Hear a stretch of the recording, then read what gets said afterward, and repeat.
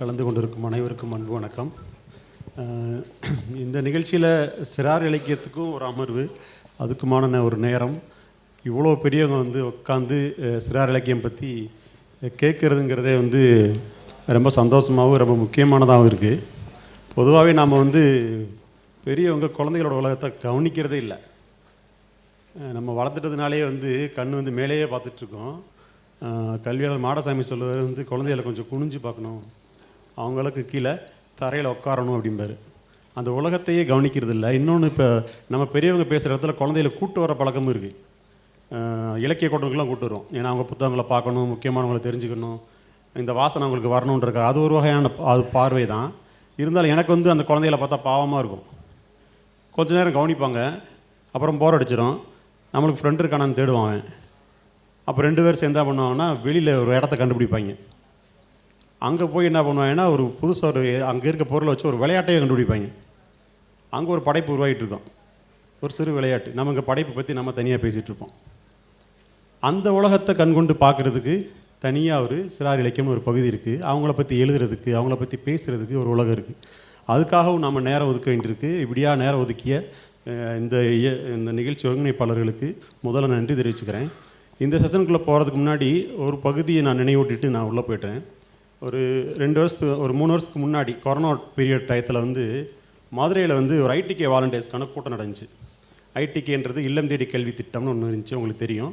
அதில் வந்து ஒரு 1000 ரூபாய் சம்பளத்துக்கு வந்து 2 லட்சம் பெண்கள் வந்து அந்த காலத்தில் வேலை பார்த்தாங்க. அப்போ 2 வருஷம் வந்து ஸ்கூல் திறக்கவே இல்லை. அந்த நேரத்தில் வந்து ஒரு வாலண்டியர் வந்து சொன்னாங்க, இது வந்து தகவலாக சொல்லலை, ரொம்ப வேதனையாக சொன்னாங்க. குழந்தைகளுக்கு வாசிக்கவே தெரியலை, அதுக்கு வந்து அவங்க மட்டுமே காரணம் இல்லை, இது வந்து அவங்களோட பிரச்சனையும் இல்லை, இது ஒரு சோஷியல் இஷ்யூ. இதை சரி செய்யணும்னா நாம் எல்லாமே சேர்ந்து பொறுப்பேற்கணும்.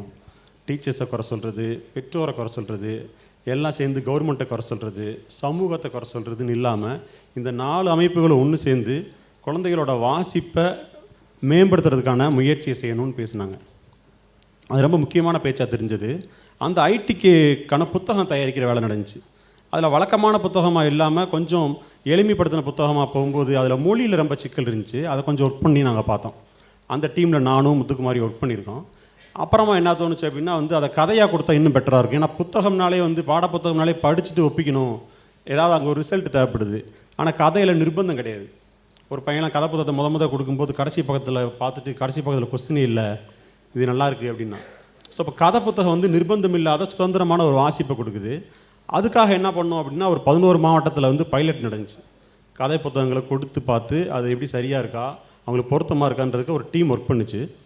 அந்த டீமில் ஒரு 100கணக்கான பள்ளிக்கூடங்களுக்கு பயணப்பட்டு ஆயிரக்கணக்கான மாணவர்கள்ட்ட கதையை கொடுத்து அதை எளிமைப்படுத்துகிற வேலையை செஞ்சவங்க தான் முத்துக்குமாரி. இவங்ககிட்ட முதல் கேள்வியாக, சிறார் இலக்கியத்தில் மொழி பயன்பாடு இப்போ எப்படியா இருக்குது, எப்படியா இருக்கணும்னு நீங்கள் நினைக்கிறீங்க? அனைவருக்கும் வணக்கம். மொழியை பொறுத்த வரைக்கும் பார்த்திங்கன்னா தோழர் வந்து நல்ல ஒரு அறிமுகம் கொடுத்துட்டாரு. கொரோனா காலத்துக்கு அப்புறமேல சமூக பொருளாதார ரீதியாக பின்தங்கிய குழந்தைங்களுடைய வாசிப்பு திறன் ரொம்ப மோசமாயிடுச்சு. பெரிய பெரிய தொழிற்சாலைகளே மூடும்போது ஒரு சாதாரண வீட்டில் இருக்கக்கூடிய அவங்களுடைய பொருளாதாரம் எப்படி இருக்கும்? பாவுலோ ஃப்ரைரேன்னு ஒரு முக்கியமான கல்வியாளர் இருக்கார். அவர் சொன்னார், நான் ஸ்கூல் படிக்கும்போது 2-3 தடவை நான் ஃபெயில் ஆகிட்டேன். ஏன் ஃபெயில் ஆகிட்டேன் அப்படின்னு சொல்லும்போது, எனக்கு அறிவில்லைன்னு நான் நினச்சிட்டு இருந்தேன், ஆனால் அது விஷயம் இல்லை. என் வீட்டில் இருந்த பசியும் வறுமையும் என்னை வந்து சோறு உள்ளவனா எப்பொழுதும் தளர்வான ஒரு ஆளாக என்னை மாற்றி இருந்துச்சு. அப்போ என்னால் வகுப்பறையில் போய் உட்காந்து என்னால் வாசிக்க முடியல, அவங்க டீச்சர் சொல்கிறத என்னால் கவனிக்க முடியலன்னு அவருடைய வாழ்க்கையோட அனுபவமாக அதை வந்து பகிர்ந்திருப்பார். அப்போ ஒரு குழந்தை படிக்கலை இல்லை வாசிக்கலை, இல்லை அந்த குழந்தைக்கு வந்து திறன் குறைவாக இருக்குன்றது வந்து வெறும் பள்ளிக்கூடம் மட்டுமான விஷயமாக பார்க்கல நான். அது ஒரு சமூக பொருளாதார பிரச்சனை. அதை தான் அந்த ஐடிகே வாலண்டியர் சொல்லுவாங்க, இது ஒரு சோஷியல் இஷ்யூ. ஒரு குழந்தை வாசிக்க தரலன்னு சொல்கிறது ஒரு சோஷியல் இஷ்யூ. அப்போ நம்ம கொரோனா காலத்துக்கு அப்புறம் அந்த குழந்தைங்களோட வாசிப்பு திறன் இன்னும் நிலைமை மோசமாகுது. அப்போ இல்லம் தேடி கல்வி மையம் உருவாகுது, நம்ம அரசாங்கம் உருவாக்குது. அப்போ இந்த குழந்தைங்க மாலை நேரத்தில் நடக்கும், அந்த சென்டர்ஸ்க்கெலாம் நாங்கள் போய் விசிட் பண்ணுறோம். அப்போ வந்து வெறும் பாடப்புத்தக டோனில் இருக்கே, நம்ம கொஞ்சம் கதை புத்தகங்கள் கொடுத்து வாசிக்க வைக்கலாம்னு சொல்லி கதை புத்தகங்கள் கொடுத்து அது ஆல்ரெடி இருக்கக்கூடிய மார்க்கெட்டில் இருக்கக்கூடிய குழந்தைகளுக்கான கதை புத்தகங்கள் எடுத்துகிட்டு போகிறோம், வாசிக்க கொடுக்குறோம். குழந்தைங்க வாசிக்க மறுக்கிறாங்க. பொதுவாக குழந்தை வாசிக்க மறுத்தா நம்ம என்ன முடிவுக்கு வருவோம்? டிஜிட்டல் டிஸ்ட்ராக்ஷன், உட்காந்து ஃபோன் பார்த்துட்ருக்காங்க. உண்மை அப்படியே இருக்காது. உண்மையாக சொல்லப்போனால் புது விஷயங்களை தெரிஞ்சுக்கிறதில்ல நம்ம எல்லாத்த விட குழந்தைங்க படு ஆர்வமாக இருக்காங்க. ஆனால் அது நம்ம எப்படி கொடுக்குறோன்றது தான் இருக்குது. அப்போ இந்த புத்தகங்களை கொடுக்கும்போது கொடுத்துட்டு நான் உட்காந்துருக்கேன். யூஸ்வலாக நான் என்ன பண்ண, புத்தகம் கொடுத்துட்டு வாசிங்கன்ட்டு போகிற ஆள் கிடையாது. ஏன்னா நான் ஒரு ஆசிரியராக தான் இந்த இடத்துலையும் நான் அமர்ந்து நான் என் கருத்தை சொல்கிறேன். நான் ஒரு எழுத்தாளராக நான் பேசலை. என்ன எழுத்தாளராக பேசினேன்னா நான் தோத்துடுவேன். ஒரு ஆசிரியராக நான் என் குழந்தைய கவனிக்கிறேன். அப்போ குழந்தைங்க என்ன பண்ணுறாங்கன்னா, இந்த புத்தகத்தை வாங்கிக்கிறாங்க, வாசிக்க முயற்சி பண்ணுறாங்க. அவங்களால அந்த உலகத்துக்குள்ளே நுழைய முடியல. அப்போது ஒரு குழந்தை ஓரமாக அழுதுட்ருக்கா. அந்த குழந்தையோட பேர் வந்து நிர்மலா. அழுதுட்ருக்கா. அப்போ அவள் ஏன் அழுறா அப்படி சொல்லி நான் அவளை கூப்பிட்டு கேட்குறேன். அப்போ அவள் சொன்ன ஸ்டேட்மெண்ட்டை தான் எனக்கு என்னுடைய இதில் பொறுத்த வரைக்கும் என்னுடைய எழுத்துலகத்தில் ஒரு பெரிய டேர்னிங் பாயிண்ட்டாக இருந்துச்சு. எனக்கு படிக்க தெரியல மிஸ்ஸுன்னு சொல்லி அழறா. அப்போ எனக்கு படிக்க தெரியலன்னு ஒரு குழந்தை அழுதுங்கிறது நம்மளை பொறுத்த வரைக்கும் ஒரு சாதாரணமான ஒரு விஷயமா இருக்கலாம். ஆனால் அந்த குழந்தையோட உணர்வில் யோசிச்சு பாருங்கள். அது எவ்வளோ ஒரு அவமானத்தையும் குற்ற உணர்ச்சியும், தன்னுடைய நண்பர்கள்லாம் வாசிக்கிறாங்க ஆனால் தன்னால் வாசிக்க முடியலன்னு அந்த குழந்தை குற்ற உணர்ச்சிக்கு ஆளாகுது. அப்போ அந்த குழந்தை அழுகுறா. அப்போ இப்படியான நிர்மலாக்கள் தான் வகுப்பறையில் அதிகம் இருக்காங்க. பாதி நிர்மலா தான் இருக்காங்க. வாசிக்க தெரியாத, எனக்கு படிக்க தெரிலன்ற குற்ற உணர்ச்சியும் அவமான உணர்ச்சியிலே இருக்கிறோம். அப்போ இந்த குழந்தைங்க வாசிக்க தெரிலன்னா, நிர்மலாவுக்கு வாசிக்க தெரில, அது நிர்மலாவோட தப்பு இல்லை.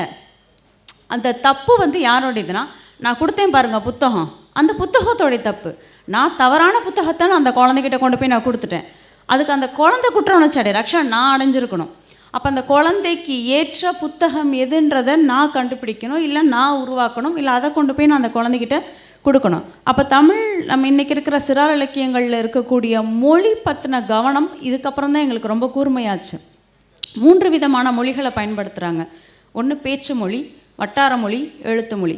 பேச்சு மொழினா நம்ம சாதாரணமாக பேசுவோம், வரேன், கதவை தொறேன், இதை பேச நல்லா இருக்கும். இதை டெக்ஸ்ட்டாக எழுதும்போது நீங்களும் நானும் படிச்சுடுவோம். குழந்தை எப்படி படிக்கும்? கதவை தொற, போயிட்டு வரேன், வந்துக்கின்னு இருக்கு, வந்துட்டே இருக்கேன். இப்போ இதெல்லாம் பேசுகிறதுக்கு நல்லாயிருக்கும். அதை டெக்ஸ்ட்டாக பார்க்கும்போது அந்த குழந்தைக்கு அதுவும் தமிழ்லே இருந்தாலும் அதுவும் அந்நிய மொழி தான். அடுத்து வட்டார மொழியில் எழுதிக்கிட்டேன்னா, இப்போ நாகர்கோவில் கன்னியாகுமரி சைடு ஒரு எழுத்தாளர் இருக்காங்க. நான் என் பாஷையில் தான் எழுதுவேன், என் வட்டார மொழியில் தான் எழுதுவேன்னு பிடிவாதமாக இருந்து எழுதுனாங்கன்னா, ஒரு திருச்சியில் இருக்கிற குழந்தை எப்படி வாசிக்கும்? இல்லை சென்னையில் இருக்கிற ஒரு சென்னையில் இருக்க மொழியில் வந்து ஒரு கதை எழுதுகிறோம், வேலூரில் ஒரு கதை எழுதுகிறோம் அப்படின்னா, இந்த மொழியில் தான் நான் எழுதுவேன்னு அந்த எழுத்தாளர் அடம் பிடிச்சி எழுதினார்னா, கீழே மதுரையில் இருக்கிற ஒரு குழந்தை எப்படி வாசிக்கும்? அப்போ வட்டார மொழியோட தமிழில் தான் இருக்குது, ஆனால் அது குழந்தைக்கு அப்பையும் அது ஒரு அந்நிய மொழியாக தான் இருக்குது. அடுத்து எழுத்து மொழி, இதை நாங்கள் டெக்ஸ்ட் புக் லாங்குவேஜ்னு சொல்லுவோம், பாடப்புத்தக மொழி. இந்த மொழியில் இருக்க பிரச்சனைனா பயங்கரமான ஒரு தமிழில் எழுதுவாங்க. சில வார்த்தைகள்லாம் நான் எடுத்து பார்க்கும்போது வளாகம், பிரயாயணம், பிரதிபலிப்பு, அபாண்டம், மாமிச பச்சினி, இதெல்லாம் சிறார் இலக்கியத்தில் புத்தகங்களில் இருக்குது. இது எப்படி குழந்தைங்களுக்கு புரியும்? அவன் லைஃப்பில் இல்லாத ஒரு அவன் பயன்பாட்டில் அன்றாடத்தில் இல்லாத ஒரு சொற்களில் ஒரு கதையை எழுதி கொண்டு போய் கொடுத்தீங்கன்னா, அது அவனுடைய தாய்மொழியாகவே இருந்தாலும் அது அவனால் வாசிக்க முடியாது. இதுதான் யதார்த்தம். அப்போ இதை வந்து நாங்கள் குழந்தைங்களோட ட்ராவல் பண்ணுறதுன்னு வழியாக தான் நானுமே புரிஞ்சுக்கிறேன். அப்போ அதில் டாக்டர் சியூஸ்னு ஒருத்தர், அமெரிக்கன் ரைட்டர், அமெரிக்காவுடைய முக்கியமான பிரபலமான குழந்தை எழுத்தாளர், சிறார் எழுத்தாளர். அவர் சொல்கிறாரு, ஒரு பெரியவர்கள் வந்து எழுத உட்காடுறாங்க. ஒரு பெரியவர்களுக்கான புத்தகத்தில் 2 சாப்டர்ஸ் எழுதுறது எவ்வளோ முக்கியமோ அதை விட ரொம்ப முக்கியமானது குழந்தைங்களுக்காக 2 சென்டென்ஸ் எழுதுறது. ஏன்னா அந்த 2 வாக்கியம் எளிமையாக இருக்கணும். அந்த குழந்தைய தனக்கு படிக்க தரலன்ற குற்ற உணர்ச்சிக்கு தள்ளிடக்கூடாதுன்றதில் டாக்டர் சியூஸ் ரொம்ப கவனமாக இருப்பார். அவருடைய பெரும்பாலான புத்தகங்கள் பாருங்களேன், இந்த கேட் இன் த ஹேட்லேருந்து எல்லாமே பார்த்திங்கன்னா ஒரு 2 வார்த்தை 3 சொற்களில் ஒரு சென்டென்ஸே அவ்வளோதான் இருக்கும். எனக்கு பெரிய ரொம்ப இன்ஸ்பிரேஷனான ஒரு பர்சன். அப்போ நம்ம குழந்தைங்களுக்காக எழுதுகிற எழுத்துக்களில் மொழியை நம்ம ரொம்ப அதிகமாக கவனிக்க வேண்டியது இருக்குது. ஒரு குழந்தை வாசிக்கலைன்றது குழந்தையோட பிரச்சனை இல்லை, அந்த புத்தகத்தோட பிரச்சனைங்கிற கவனம் நம்ம எல்லாருக்குமே உருவாக வேண்டியிருக்கு. நன்றி. நானுமே வந்து என்னோட முதல் சிறார் கதை எழுதிட்டு என்னோட வகுப்படுத்த சாரோட பொண்ணுகிட்ட கொடுத்து பார்த்தேன்.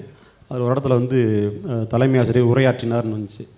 அதை என்கிட்ட கேட்டாங்க அந்த பாப்பா, உரையாற்றினார்னு என்ன மாமா அப்படின்னு. பேசினார்ப்பா அப்படின்னு. இப்போ பேசினார்னு எழுத வேண்டியதானே. அப்போ நம்ம வந்து எழுத்து மொழி வாட்சிய பழக்கமாக இருக்கிறதுனால அங்கே போய் அங்கேயும் அதை கொட்டி வச்சிடுறோம். குழந்தைகிட்ட கொடுத்து வாங்குறது சம்மந்தமாக கல்வியாளர் மாடசாமி ஒரு தடவை எங்கிட்ட சொன்னார். எங்கள் புத்தகம் ரிலீஸ் ஆகும்போது சொன்னார். என்ன சொன்னார்னா, எல்லாருமே வந்து கதைகளை எழுதி பதிப்பகத்துக்கு எடுத்துகிட்டு போயிடுவாங்க, இவங்க தான் குழந்தைகிட்ட எடுத்துகிட்டு போனாங்க அப்படின்னாரு. ஏன்னா குழந்தைகிட்ட கொடுக்க வேண்டியிருக்கு. பெரியவங்களுக்கான இலக்கியம் அப்படி இல்லை. குழந்தைகள் இலக்கியத்தில் குழந்தைகிட்ட நிறைய கொடுத்து வாங்க வேண்டியிருக்கு. அவங்களுக்கு புரியுதான்னு நம்ம செக் பண்ண வேண்டியிருக்கு. இதில் ஒரு சின்ன ஒரு அடைவு சம்மந்தமாக முத்துக்குமார் நான் ஒரு சின்ன உதாரணம் சொல்லிக்கிறேன். வாசிப்பியக்கு புத்தகம் சொன்னதுனால, இனிப்பிக்கிறேன்னு ஒரு கதை. அந்த கதையில் வந்து ஒரு ஆட்டுக்குட்டி இனிக்கிற கீரையை தேடி ட்ராவல் பண்ணும். அந்த கதை என்னன்றதை விட்டுடலாம். இது ஒரு வாலண்டியர் என்ன பண்ணுறாங்கன்னா, அந்த குழந்தைகிட்ட கொடுத்து கதையை சொல்கிறாரு. அந்த குழந்தைக்கு கான்னு வாசிக்கவே தெரியாது. அந்த குழந்தை கதையை சொல்கிறாரு. படங்களை பார்த்துட்டு அந்த ஆட்டுக்குட்டியை, இது பேர் கீக்கி, அந்த ஆட்டுக்குட்டியோட பேர் கீக்கி. அது 4 பக்கம் 5 பக்கம்னு போகும்போது 6வது பக்கத்தில் அந்த பாப்பா என்ன பண்ணுதுன்னா, அந்த கீக்கின்றதை சொல்ல எழுத்தை தொட்டு, இது கீக்கி தானே அப்படின்னு கேட்குது. அந்த புத்தகத்தோட முடியும் போது கதையும் அந்த பிள்ளை தெரியுது, கீன்ற எழுத்தை வாசிக்கவும் தெரியுது. கா வரிசை வாசிக்க தெரியாத ஒரு குழந்தைக்கு கீ எப்படி அறிமுகமாச்சு அப்படின்னா, அந்த கதை செஞ்ச மாயை அது. ஸோ கதை புத்தகம் வாசிக்கிறதுக்கு இப்படியாகவும் உதவுதுன்றதுக்கு அந்த இனிப்புக்குறை ஒரு உதாரணம். அடுத்த ஒரு கேள்வி முத்துக்குமாரி, ஒரு 2 வருஷத்துக்கு முன்னாடி வத்தலகுண்டு பக்கத்தில் ஜீக்கிள்ளிப்பட்டியில் ஒரு ஸ்கூலில் வந்து ஒரு ப்ரோக்ராமு. அதில் வந்து கார்த்திக் தோழர் வந்து சிறை கைதிகளோட குழந்தைகளுக்கான நிகழ்ச்சி நடத்தினார். அதுக்கு நாம் 2 பேருமே போயிருந்தோம்.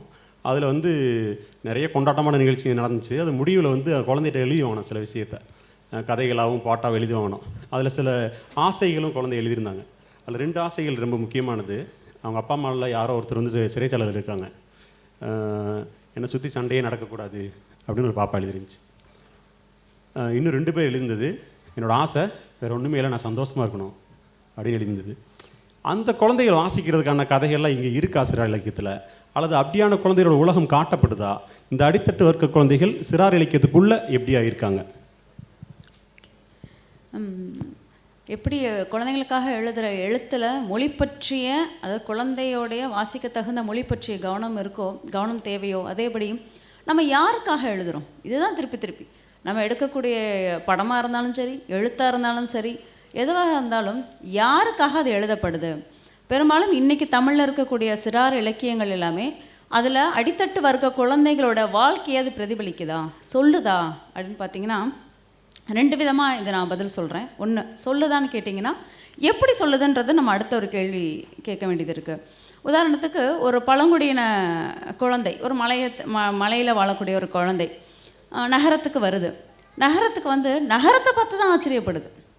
அந்த கதையில் என்ன பண்ணுறாங்க, சுற்றி நகரத்தில் இருக்கக்கூடிய லிஃப்ட்டு, எலிவேட்டர், பஸ்ஸு, ட்ரெயின், இங்கே இருக்கக்கூடிய வெஸ்டர்ன் டாய்லெட், இதெல்லாம் பார்த்து தான் ஆச்சரியப்படுற மாதிரி அந்த கதை இருக்கே தவிர, அந்த குழந்தை ஒரு மலையில் வாழுது இல்லையா, மலையில் அந்த குழந்தைக்கு ஒரு வாழ்வு அனுபவம் இருக்கு இல்லையா, மலையில் அந்த குழந்தை என்ஜாய் பண்ண விஷயம் இருக்கு இல்லைங்களா, அதை பற்றி கதையில் இல்லை.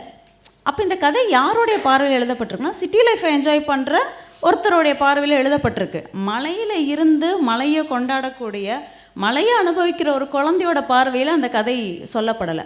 அப்போ இதை எப்படி நான் ஒரு அடித்தட்டு வர்க்க குழந்தைகிட்ட, ஒரு மலையில் வாழ்கிற குழந்தைகிட்ட நான் கொடுக்க முடியுன்ற கேள்வி இயல்பாக வருது.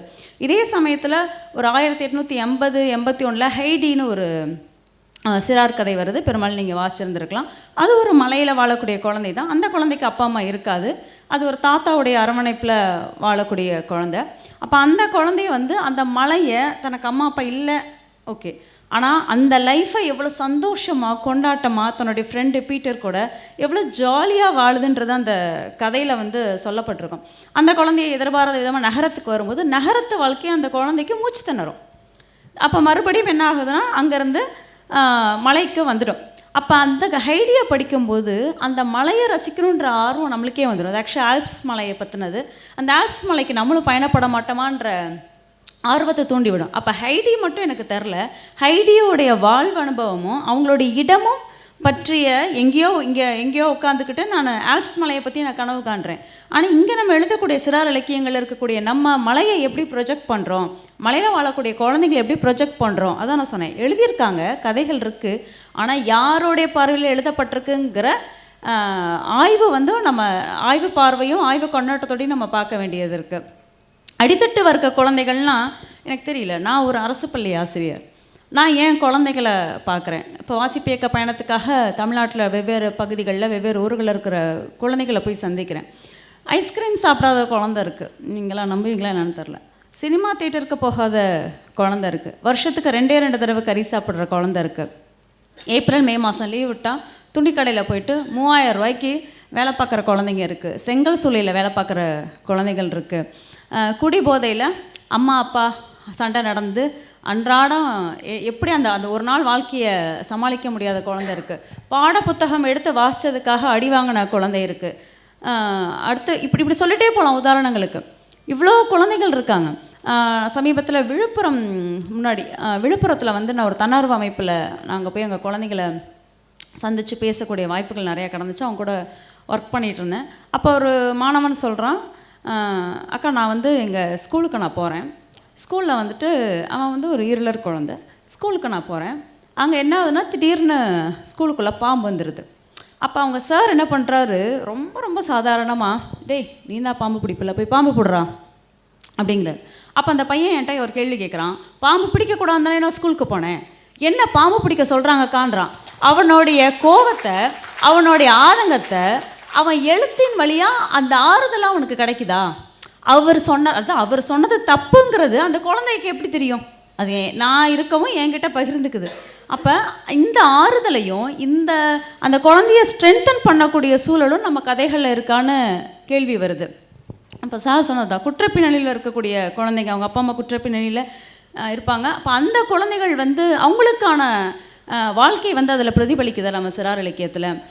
இதே மாதிரி இன்னொரு காட்டு நாயக்கர் குழந்தைகள், அந்த குழந்தைங்களோட போய் நான் சந்திக்கும் போது அப்போ அந்த குழந்தைங்க சொல்கிறாங்க, அக்கா நான் ஸ்கூலுக்கு போகிறேன். ஸ்கூலுக்கு போயிட்டு வகுப்பறையில் இருக்கோம்.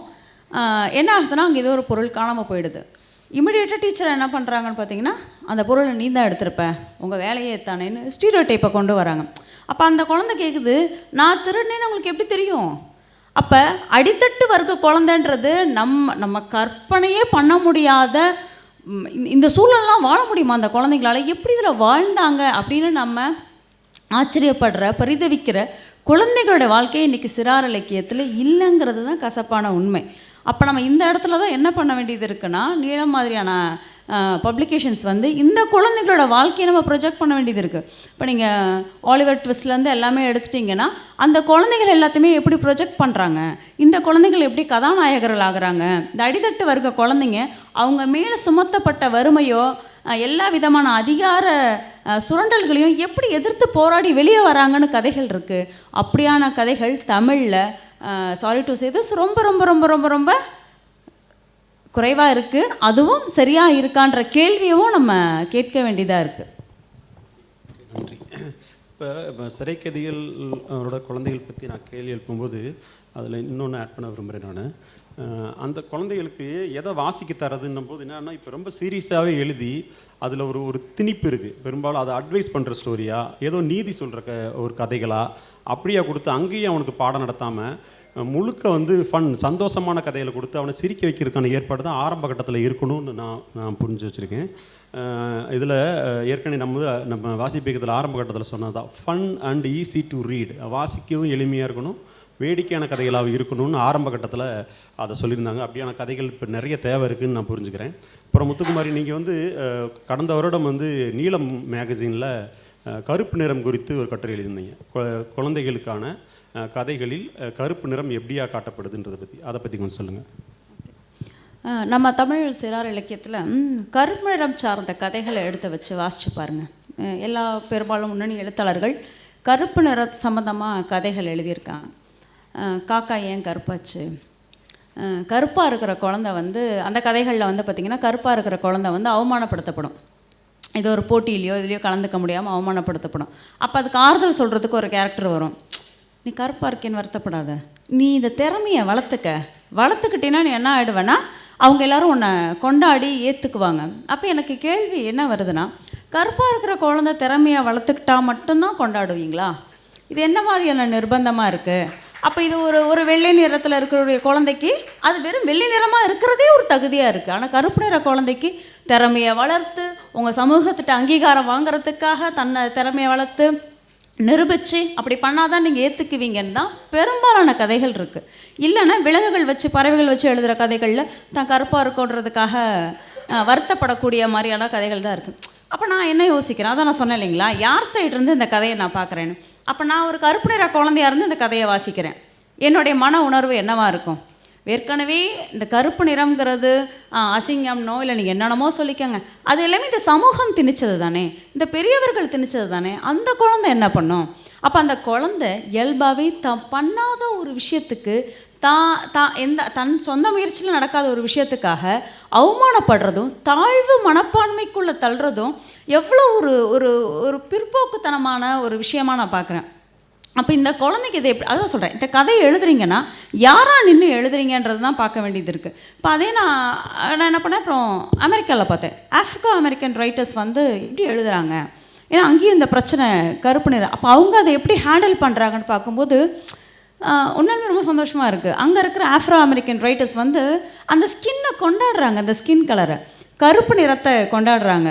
இந்த ஸ்கின் யூ லிவ்ன்னு சொல்லிட்டு ஒரு அந்த கருப்பு நிறத்தை வந்து கொண்டாடக்கூடிய ஒரு பாடல் இருக்குது. அது அந்த புக் அவசியம் வாசிங்க. அந்த குழந்தை என்ன பண்ணுதுன்னா என்ஜாய் பண்ணுது.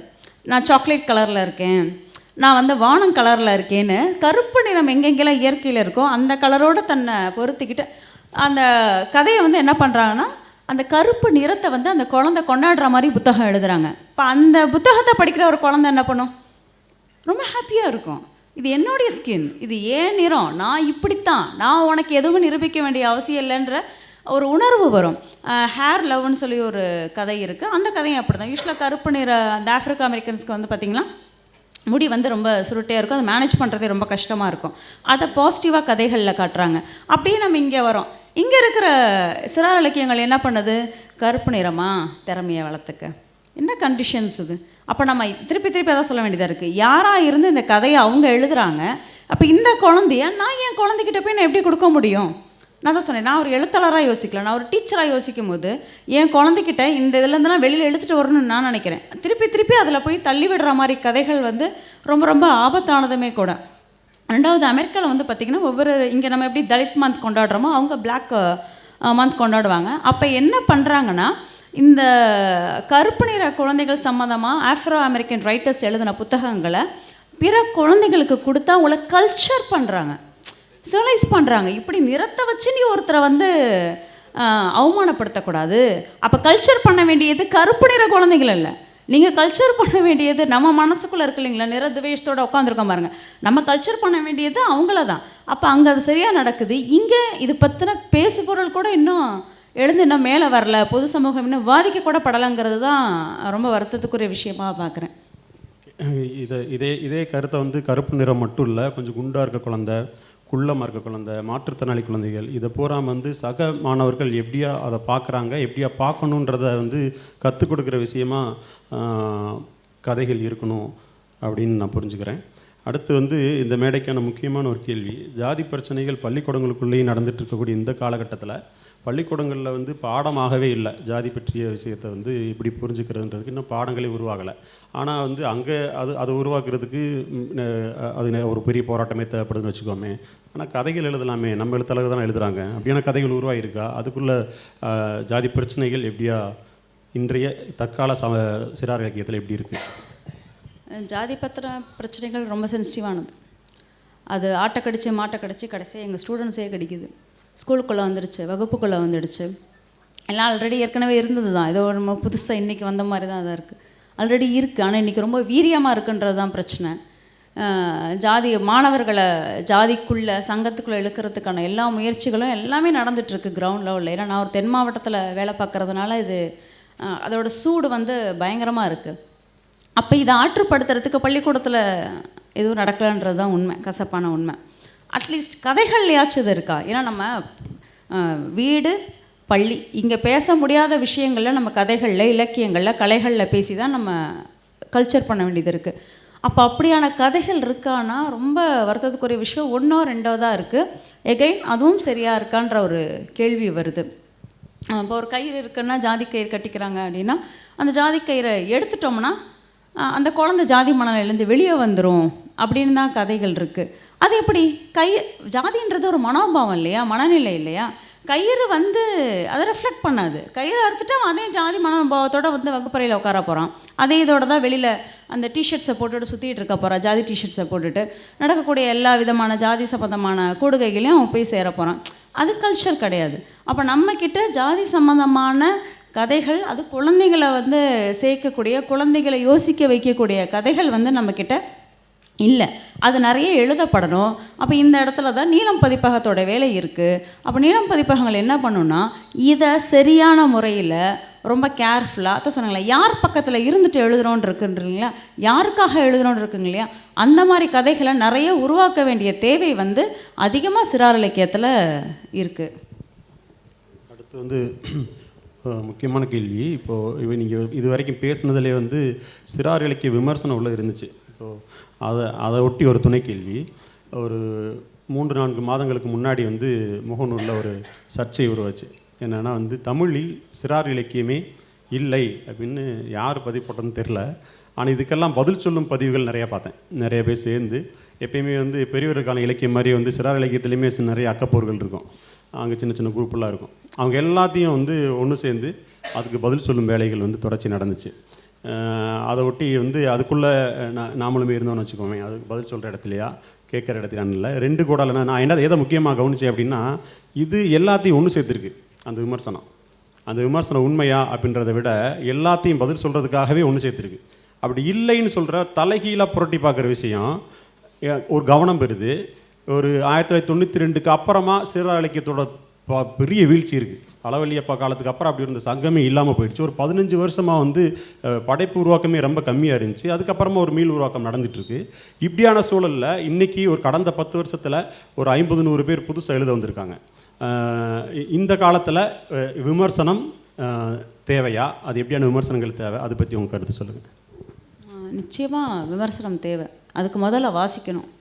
இங்கே எத்தனை பேர் வந்து சிறார் இலக்கியங்களை நீங்கள் வாசிக்கிறீங்க, கவனிக்கிறீங்கன்னு தெரியல. நம்ம எல்லாத்து வீட்லேயும் குழந்தைகள் இருக்குது. நம்ம எப்படியும் குழந்தைகள் நம்மளை சுற்றி இருக்காங்க. அப்போ அந்த குழந்தைகள் உலகத்துக்குள்ளே என்ன நுழையுது அப்படிங்கிறது நம்ம கவனிக்கிறோம். ஒரு குழந்தை என்ன சாப்பிடுங்கிறதுல எவ்வளோ அக்கறை எடுத்துக்கிறோம்.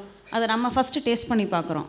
அது நல்லா இருக்கா, அது ஹெல்த்தியா, இந்த குழந்தைக்கு அது வந்து ஒத்து வருமானு இவ்வளோ விஷயங்களை கவனித்து நம்ம குழந்தைக்கு வந்து கொடுக்குறோம்.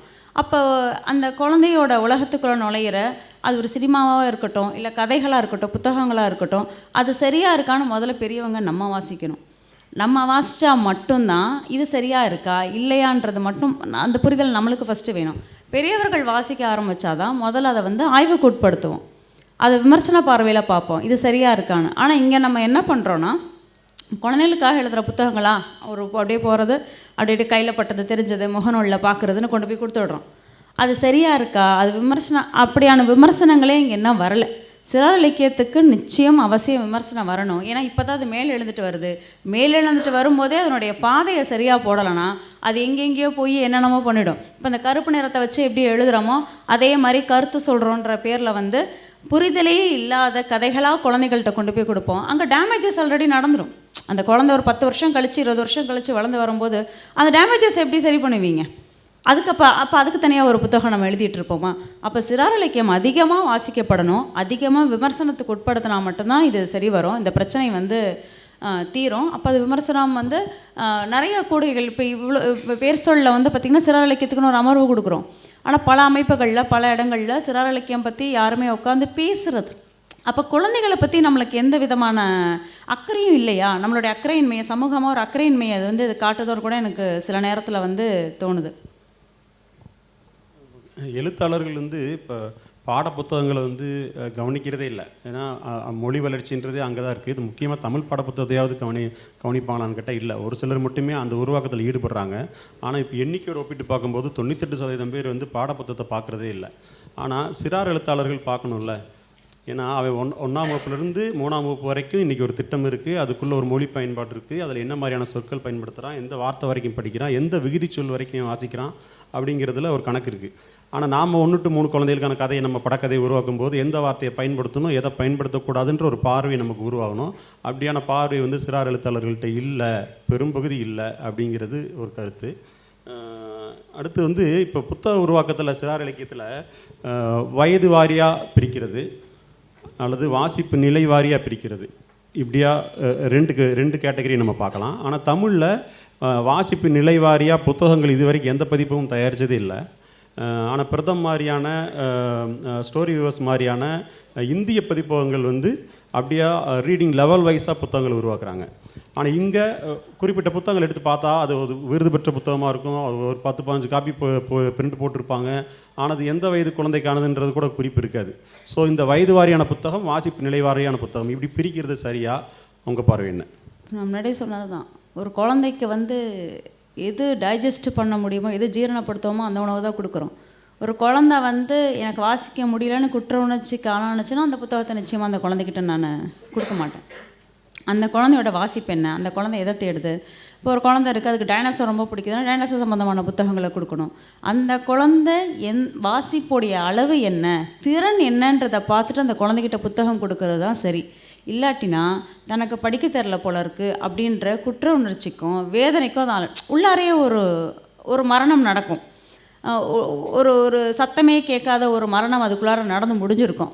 அப்போ இவங்களுக்கு வாசிக்க தெரியும், இவங்களுக்கு வாசிக்க தெரியாதுன்றதே ஒரு வர்ணாசிரமம் தானே. இவனுக்கு வாசிக்க தெரியும், இவனுக்கு வாசிக்க தெரியாது, அவனுக்கு வாசிக்க தெரியுது, இவனுக்கு வாசிக்க தெரிலன்னா ஏன்ற கேள்வியில் நம்ம எழுப்பணும். அது புத்தகத்தின் மீதும், அந்த புத்தகம் எழுதின ஆசிரியர் மீதும், அது கொடுத்த ஏன் மீதும், எல்லாத்தையும் மீதும் கேள்வி எழுப்பணும். ஒருத்தனுக்கு தெரியாதுன்னு சொல்கிறதுக்கு நம்ம யார்? அப்போ நம்ம வந்து அதுக்கான வாசிப்பு திறனுக்கான புத்தகங்களை தான் நம்ம அதிகமாக உருவாக்க வேண்டியது இருக்குது. அந்த மாதிரி புத்தகங்களை தான் குழந்தைகள்கிட்டையும் கொடுக்க வேண்டியது இருக்குது. இந்த கேட்டகரியை நம்ம பிரிக்காமல் புத்தகங்கள் உருவாக்குறதுல ஆபத்து இருக்கு இல்லையா? ஆமாம், நிச்சயமாக. இப்போ நீங்கள் ஒர்க் பண்ணிகிட்டு இருக்கக்கூடிய வாசிப்பு இயக்கம், அதில் புத்தக உருவாக்கம், அதை பற்றி கொஞ்சம் சொல்லுங்கள். ஓகே. பள்ளி கல்வித்துறை செய்கிற ஒரு முக்கியமான விஷயம் வந்து வாசிப்பு இயக்கம்னு ஒரு 2 வருடங்களுக்கு முன்னாடி ஆரம்பித்தது. அதில் தான் நாங்கள் ஒர்க் பண்ணிகிட்ருக்கோம்.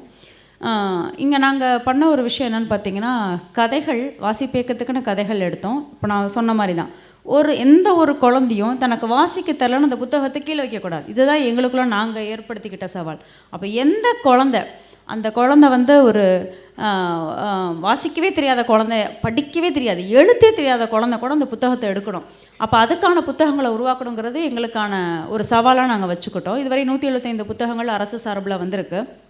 அந்த புத்தகங்களில் வந்து பார்த்திங்கன்னா வாசிப்பு திறனுக்கேற்ற புத்தகங்களாக தான் உருவாக்கணும். ரொம்ப எளிமையான புத்தகங்களாக தான் இருக்கும். எந்த கடினமான வார்த்தையும் இருக்காது. ஒரு சென்டென்ஸில் மிஞ்சி போனால் 3 வார்த்தை, 3 சொற்கள் 4 சொற்கள் மட்டும்தான் இருக்கும். முக்கியமான விஷயம், பெரிய எழுத்தாளர் எழுதியிருப்பார். அந்த கதையை எகெயின் வடிவமைச்சு குழந்தைகள்கிட்ட தான் நாங்கள் முதல்ல போய் கொடுத்தோம், அதிகாரிகள்கிட்ட கொடுக்கல. குழந்தை வாசித்து அது ஓகேன்னு டிக் பண்ணால் தான் அந்த கதை ஓகே. ஏன்னா குழந்தை தான் கடைசியாக முடிவு பண்ணணும். அது எல்லா விஷயத்துலேயும் சரி. குழந்தைக்காக உருவாக்குறத குழந்தைங்கள்ட்டே கருத்து கேட்காம நம்ம பெரியவர்கள் மனநிலையில் நான் சொல்கிறது தான் சரி, நான் எழுதுறதா எழுத்துன்னு நம்ம இருந்துக்கிறோம். அப்போ குழந்தைகள் முடிவு பண்ணுறாங்க, அவங்க அந்த கதையை விமர்சனம் பண்ணுறாங்க. இதை வாசிக்க முடியல, வார்த்தைகள் அண்டர்லைன் பண்ணுறாங்க, விமர்சனம் பண்ணுறாங்க, ரொம்ப நல்லாவே விமர்சனம் பண்ணுறாங்க. அப்போ அதை எடுத்துகிட்டு வந்து அகைன் மாடிஃபை பண்ணிட்டு தான் நாங்கள் அதுக்கப்புறம் அதிகாரிகள் பார்த்துட்டு புத்தகங்கள் வெளிவருது. இதில் நாங்கள் பண்ண ஒரு விஷயம் என்னென்னா, எத்தனை நாளைக்கு நம்மளே பெரியவங்களே எழுதுறது, குழந்தைங்க அவங்களுக்கான வாழ்க்கையை அதில் பதிவு பண்ணட்டும்னு சொல்லிட்டு இப்போ கிட்டத்தட்ட ஒரு 100 குழந்தைகள் வந்து புதிய மாணவ எழுத்தாளர்கள் அப்படின்னு ஒரு வகைமையை உருவாக்குற வகையில் ஒரு 100 எழுத்தாளர் வந்து குழந்தைகளே உருவாயிருக்காங்க. அந்த கதைகள்லாம் வந்து பார்த்திங்கன்னா அவங்க லைஃப்பை சொல்லுது. ஆடு மேய்க்க போகிற குழந்தை வந்து தான் ஆடு மேய்க்க போகிற இடத்துல ஆட்டுக்குட்டி தொலைச்ச கதையை எழுதுது. ரொம்ப முக்கியமான விஷயம். ஒரு கடற்கரையோர தூத்துக்குடியில் இருக்கிற ஒரு ஸ்டூடெண்ட் என்ன எழுதுறான்னா, அந்த பாப்பா என்ன எழுதுறான்னா, அவங்க அப்பா மீன் பிடிக்க போயிட்டாங்க. அந்த மீன் பிடிச்சிட்டு அவர் திருப்பி வர்றதுக்காக காத்திருக்கிறா இல்லைங்களா, அந்த வழியை எழுதுகிறான். ஏன்னா இதெல்லாம் என்னன்னே நம்மளுக்கு தெரியாது. ஏன்னா நம்ம இருக்கிறது சமவெளி பகுதிகளில். அப்போ மலையில் வாழக்கூடிய குழந்தை ஒரு இடம் இருக்குது, அழகாக இருக்கேன்னு பூவை வந்து நட்டு வைக்கிறாங்க. அந்த பூக்கள் வந்த உடனே வந்துட்டு டூரிஸ்ட் எல்லாம் வந்துடுறாங்க. மலையோட அமைதி கெடுது. அது சம்மந்தமாக வருத்தப்பட்டு அவள் என்ன பண்ணுறான்னா கதை எழுதுகிறான். இன்னொரு குழந்தை வந்து அவள் வீட்டுக்கு பின்னாடி இருக்கிற குளத்தை ரொம்ப என்ஜாய் பண்ணுறான், குளத்தை ரசிக்கிறான். ஒரு நாள் திடீர்னு வந்து பார்க்கும்போது குளத்தை காணோம். அப்போ என் குளம் எங்கன்னு கேள்வி கேட்குறான். அப்போ அந்த குழந்தைகளுடைய விஷயம் ரொம்ப சின்ன சின்ன விஷயமா இருக்கிற மாதிரி தான் நம்மளுக்கு இருக்கும். ஆனால் அந்த குழந்தைங்க இந்த சமூகத்தை எவ்வளோ கூர்மையாக கவனிக்கிறாங்க அப்படிங்கிறது தான். இதில் அந்த 100 குழந்தைகளும் அரசு பள்ளி மாணவர்கள் தான், எல்லாருமே அடித்தட்டு வர்க்கத்தை சேர்ந்த குழந்தைகள் தான். அவங்க லைஃப் வந்து அதில் பார்த்திங்கன்னா அவ்வளோ விஷயத்தை யோசிக்கிறாங்க. இப்போ ஒரு குழந்தை மதுரையில் எழுதுது, பிடித்த உணவுன்னு ஒரு இஸ்லாமிய குழந்தை எழுதுது. அவங்கவுங்களுக்கு பிடிச்ச உணவை சாப்பிட்டுக்கிட வேண்டியதானே ஒரு நாய் பூனையை வச்சு கதை எழுதுது. எவ்வளோ பெரிய உணவு அரசியலை ஒரு 5 வரி 10 வரியில் அந்த குழந்தை கதை எழுதி முடிச்சிடுச்சு. அப்போ இப்படி அடித்தட்டு வர்க்க குழந்தைகள் வந்து அதிகமாக 250 புத்தகங்களில் கிட்டத்தட்ட 100 புத்தகங்கள் வந்து குழந்தைகளுடைய புத்தகங்கள் தான்றது வாசிப்பு இயக்கத்துடைய பெரிய பலமாக பார்க்குறேன். இன்றைக்கி தமிழ்நாடு முழுவதும் இந்த புத்தகங்கள் போயிருக்கு. இன்றைக்கி எந்த குழந்தையும் எனக்கு படிக்க தெரியாதுன்னு சொல்லாது. இந்த புத்தகங்களை எடுத்த ஒரு குழந்தை மினிமம் ஒவ்வொரு ஸ்கூல்ஸ்லேயும் விசிட் போகும்போது பார்த்திங்கன்னா ஒவ்வொரு குழந்தையும் குறைந்தபட்சம் நான் சொல்கிறது 20 புத்தகங்களாச்சும் வாசிச்சிருக்கு. நான் இன்றைக்கி ஒரு புக்கு வாசிச்சிட்டேன், நான் இன்றைக்கி 5 புக்கு வாசிச்சிட்டேன். அப்படி படிக்க தெரியாதுன்னு நீ யாரை சொல்லுவ? நீ யாரையும் சொல்ல முடியாதுல்ல. இப்போ இந்த புத்தகங்கள் என்ன பண்ணுதுன்னா குழந்தைங்கள வாசிக்க வைக்கிது. அப்போ டீச்சர்ஸ் சொல்கிறாங்க இவனுக்கு ஒன்றுமே வாசிக்க தெரியாது. நான் அதை சொல்கிறேன், அது உங்களுடைய முடிவு, அது குழந்தையோட முடிவு இல்லை. ஆனால் இன்றைக்கி போகிற எல்லா குழந்தையும் நான் வாசிச்சிட்டேன் அக்கா, நான் இந்த கதை சொல்கிறேன், நான் அந்த கதை சொல்கிறேன்னு போட்டு மிச்சம் எடுக்கிறாங்க. இப்போ டீச்சர்ஸ் என்ன சொல்கிறாங்கன்னா, எங்கள்கிட்ட இருக்க பெரிய பிரச்சனை இவங்க வாசிக்கிறதுனாலே அந்த புத்தகத்தை நாங்களும் வாசிக்க வேண்டியதாக இருக்குது. ஏன்னா வந்து கதை சொல்கிறான் இல்லைங்களா, இவங்களுக்கு தெரியல, அப்படியே உட்காந்துருக்காங்க. அப்போ டீச்சர்ஸ் என்ன பண்ணுறாங்கன்னா இப்போ எடுத்து வாசிக்கிறாங்க. அப்போ மாணவர்கள் அவர்களுக்கான படைப்பு சுதந்திரம் கொடுக்கும்போது அவங்க எழுதுகிற எல்லா கதைகளும் வந்து பார்த்திங்கன்னா அவன் லைஃப்பை தான் ரெஃப்ளெக்ட் பண்ணுறான், எங்கேயோ இருக்கிறதெல்லாம் எடுத்துகிட்டு வந்து கொடுக்கல. அப்போ குழந்தைங்க தெளிவாக தான் இருக்காங்க. பெரியவங்க நம்ம தான் கொஞ்சம் கேர்ஃபுல்லாக இருக்கணும்னு நினைக்கிறேன். அவங்க உலகத்துக்குள்ளே நுழையிறதுக்கு முன்னாடி நம்ம சரி பண்ணிக்கணும், நம்மளை ஆய்வுக்கு உட்படுத்திக்கணும், நம்ம விமர்சன பார்வையோடு இருக்கணும், நம்மளுக்கு புரிதல் இருக்கணும். உனக்கு நான் பாரு அறிவை கற்பிச்சே தீர்வேன் பாரு, உனக்கு நான் வந்து எப்படியாச்சும் சரி ஏதோ ஒரு புதியான அறிவியல் நியூட்டனை பற்றி நான் சொல்கிறேன்னு அப்படியே வெறித்தனமாக நம்ம தான் போய் திணிச்சிட்ருக்குறோம் அறிவை. அவனுக்கு திணிக்கிறது வந்து சுத்தமாக பிடிக்கல, அவன் துப்பிடுவான். ஆக்சுவலாக இதை தான் நாங்கள் திருப்பி சொல்லிட்டுருக்கேன். என்ன ஒரு டீச்சராக எனக்கு தெரியும், போயிட்டு நான் போய் திணிச்சேன் அப்படின்னா துப்பிட்டு அங்கிட்ட போயிட்டே இருப்பேன், அந்த நமக்கு வேறு வேலை இல்லடான்ட்டு போயிடுவான். அப்போ நான் கொடுக்குறதே என் குழந்தைகள் என்ஜாய் பண்ணணுன்ற கவனம் இருந்தாலே சிறார் இலக்கியம் வந்து இன்னும் அடுத்த தளத்துக்கு வந்து வேகமாக பாயும்னு நான் நம்புகிறேன். இதில் இந்த புத்தகம் உருவாக்கும்போது ஒரு 2 விதமான தரப்பு உருவாயிடுச்சு. என்னென்னா வந்து நல்ல கதைகளை கொடுக்கறது இல்லை இதில் அப்படின்னு, கதைகள் முக்கியமா அல்லது வாசிப்பு முக்கியமா அப்படின்ற டிபேட் வந்துச்சு. நம்ம வந்து வாசிப்பு தான் முக்கியம், அதனால் பெரிய கருத்து சொல்ல வேணாம், சாதாரண கதைகளை கொடுங்க போதும்னு சொல்லி நம்ம சாதாரண கதையில் குட்டி குட்டி புத்தகமாக உருவாக்கணும். இதில் நம்ம வந்து ஒரு புத்தகம் போட்டோம்னா ஒரு 1000 காப்பி போட்டு அதை 6 வருஷம் வைக்கிறோம் அதுக்கு. ஆனால் இந்த புத்தகத்தை கவர்மெண்ட் வந்து ஒரு குழந்தை எழுதின புத்தகத்தை 2 லட்சம் காப்பி போட்டிருக்காங்க. இது வரைக்கும் அரசு பள்ளிக்கூடங்களில் 4 கோடி புத்தகங்கள் அச்சடித்து கொடுக்கப்பட்டிருக்கு. இது சிறார் இலக்கியத்தில் கவர்மெண்ட் செய்யக்கூடிய ரொம்ப முக்கியமான பங்களிப்புன்னு நான் நினைக்கிறேன். நண்பர்களே, இறுதி தரத்துக்கு வந்துட்டோம். ஒரு தகவலை சொல்லி முடிக்கிறேன். இன்னொரு 20 வருஷம் 30 வருஷம் கழித்து வேறு சொல்ல இப்படியாக வந்து உட்கார போகிறது இன்றைக்கி வாசிக்க போகிற குழந்தைகள் தான். அந்த இலக்கியத்தில் நாம் கவனம் செலுத்தணும். நீங்கள் வாசிக்கணுன்றதை கேட்டுட்டு நிறைவு செய்கிறோம். நன்றி, வணக்கம். நன்றி. Thank you so much. இருவருக்கும் நன்றி. இருவருக்கும் நினைவு பரிசை வழங்க ஓவியர் சந்தோஷ் நாராயணன் அவர்களை மேடைக்கு அழைக்கிறேன்.